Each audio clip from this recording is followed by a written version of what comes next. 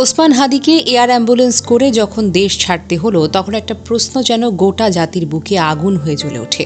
আসলে হাদির অপরাধটা কি ছিল?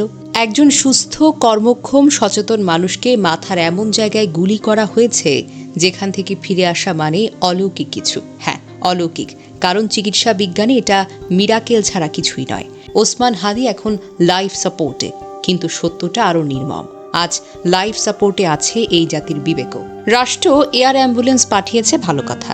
সরকার তড়িঘড়ি সিদ্ধান্ত নিয়েছে, তাও ভালো কথা। নজিরবিহীন চিকিৎসা তৎপরতা দেখানো হয়েছে, তাও ভালো কথা। কিন্তু একটা প্রশ্নের উত্তর কে দেবে? যে হাত ট্রিগার টিপল সেই হাত আজও মুক্ত কেন? যে মাথায় গুলি চালানো হলো তার বিচার আজও অনিশ্চিত কেন?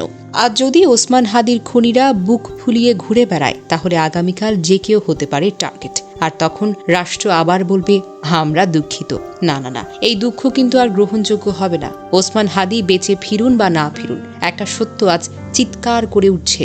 এই দেশে সত্য বলা এখন জীবন নাশের ঝুঁকি। এই দেশে সাহসী হওয়া মানে মাথায় গুলি খাওয়ার প্রস্তুতি। যদি এই অপরাধের দৃষ্টান্তমূলক বিচার না হয়, যদি ষড়যন্ত্রকারীদের নাম পরিচয় প্রকাশ না পায়, তাহলে এয়ার অ্যাম্বুলেন্সে শুধু হাদি যায়নি, এই দেশের ন্যায় বিচার, নিরাপত্তা আর ভবিষ্যতও বিদেশে পাড়ি দিয়েছে। আজ হাদি কোমায়, কাল ইতিহাস জেগে উঠবে। আর ইতিহাস যখন প্রশ্ন করবে তোমরা তখন কি করেছিলে, যদি উত্তর হয় আমরা তো চুপ ছিলাম, তাহলে মনে রাখবেন হাদির রক্ত শুধু হামলাকারীদের হাতে নয়, নীরবতার দায়ও লেগে থাকবে। এই প্রশ্ন আর পালানো যাবে না, আজ নয় তো কাল। এই জাতিকে জবাব দিতেই হবে। ধিক্কার জানাই হামলাকারীদের, ধিক্কার যারা এখনো চুপ করে বসে আছে। সবাই দোয়া করি আল্লাহ ওসমান হাদিকে সুস্থ করে আমাদের মাঝে ফিরিয়ে দিন, কিন্তু বাস্তবতা মেনে নিতে হবে।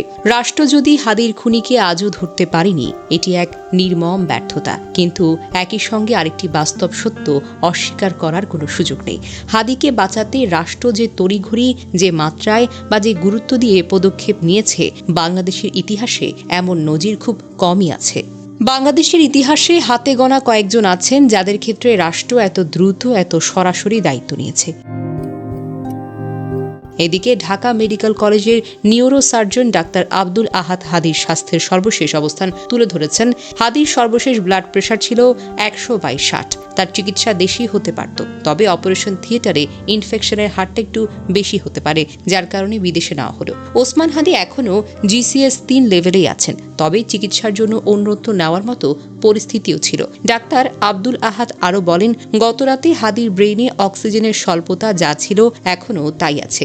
বাংলাদেশ থেকে কোনো চিকিৎসক হাদির সঙ্গে যায়নি, সিঙ্গাপুর থেকে আসা চিকিৎসকরাই তার সঙ্গে গেছেন। এর আগে চিকিৎসকরা জানিয়েছেন ওসমান হাদি বর্তমানে গভীর কোমায় আছেন, নিজে শ্বাস নিতে অক্ষম, সে কারণে তিনি ভেন্টিলেশন নিচ্ছেন। সিটি স্ক্যানে মস্তিষ্কের মারাত্মক ক্ষতর চিহ্ন দেখা গিয়েছে। বুলেটটা বাম কানের উপরে ঢুকে আরেক পাশ দিয়ে বের হয়ে ব্রেইন স্টেম পর্যন্ত ক্ষতিগ্রস্ত করার আশঙ্কা আছে। এটি চিকিৎসা জগতের ভাষায় ম্যাসিভ ব্রেন ইনজুরি হিসেবে বিবেচিত।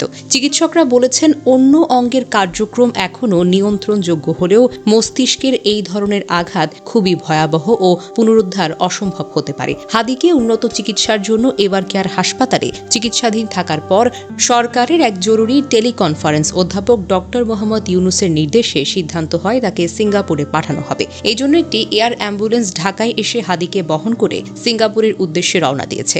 সরকারি চিকিৎসা সম্প্রসারণ ও তৎপরতা এই নিয়ে নজিরবিহীন হিসেবে সংবাদে উল্লেখ রয়েছে।